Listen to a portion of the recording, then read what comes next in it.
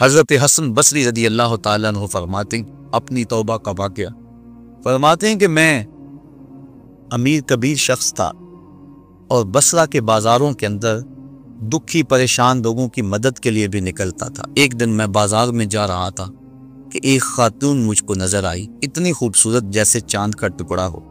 میں نے مسلسل اس کی طرف دیکھنا شروع کر دیا۔ اس نے کہا اما تستحی، تجھے حیا نہیں آتی؟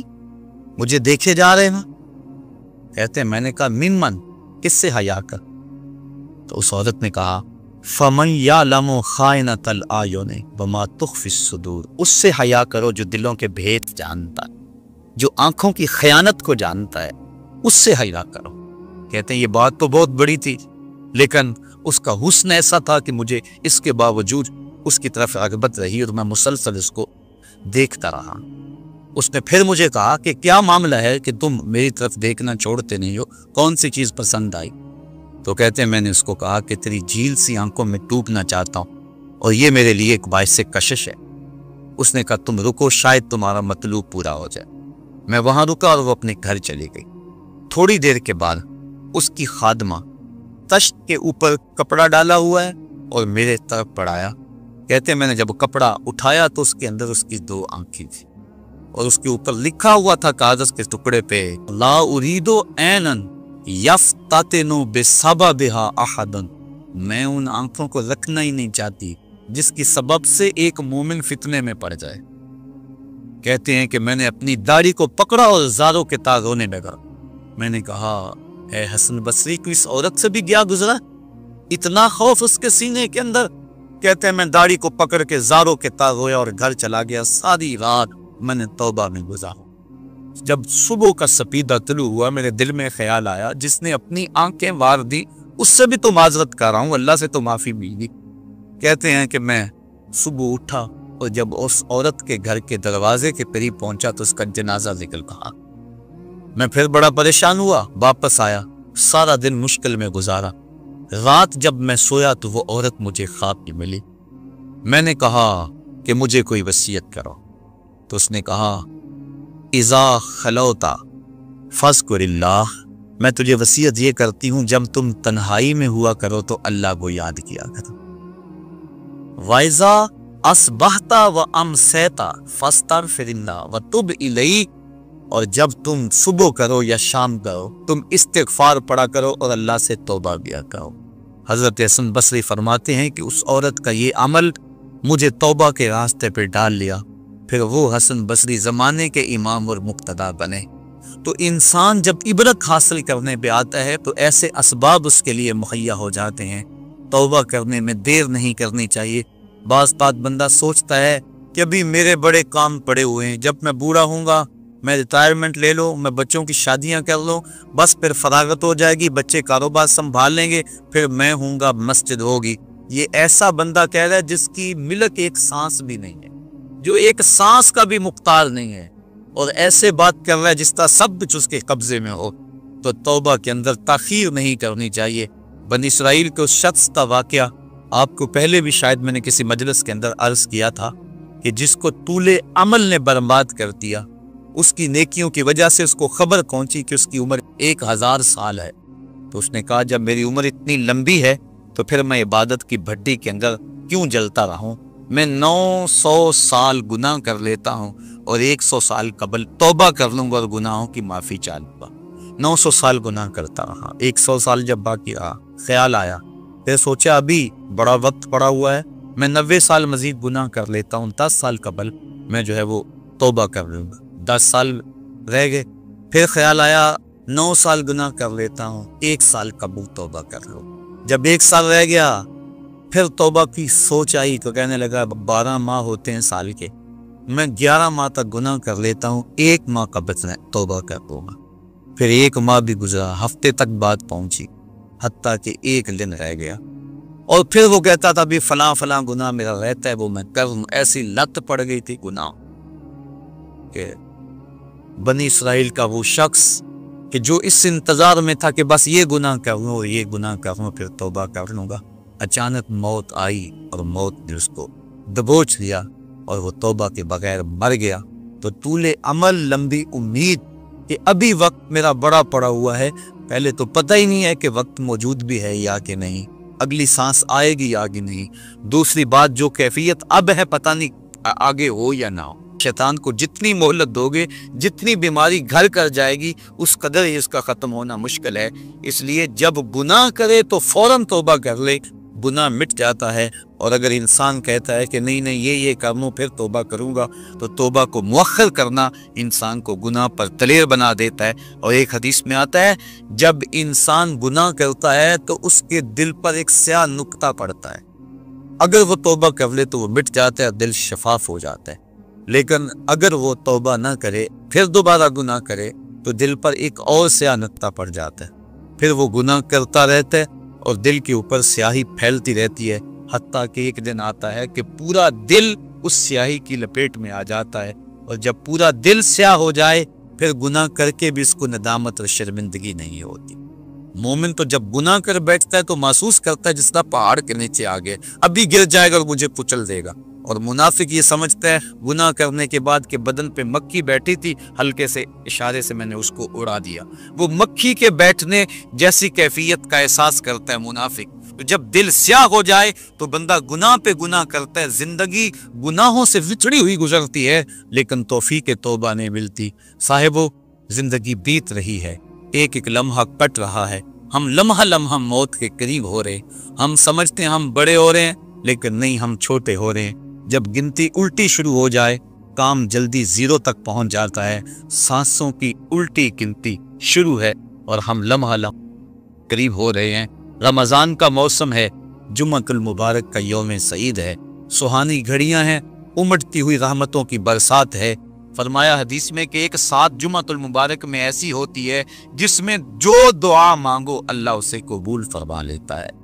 اور حضرت عبداللہ ابن مسعود رضی اللہ تعالی عنہ فرماتے ہیں کہ جس نے وضو کیا اور اچھا وضو کیا اور اس کے بعد 2 رکعت نوافل ادا کیے اور اس کے بعد دعا استغفر اللہ العظیم الذی لا الہ الا هو الحی القیوم واتوب الیہ، کہتے جس نے اس دعا کو پھر پڑھ لیا، اگر اس کے گناہ ہیں وہ سمندر کی جھاگ کے برابر بھی ہو، اللہ سارے معاف کا مالک تو گناہوں کو معاف کرنے والا ہے۔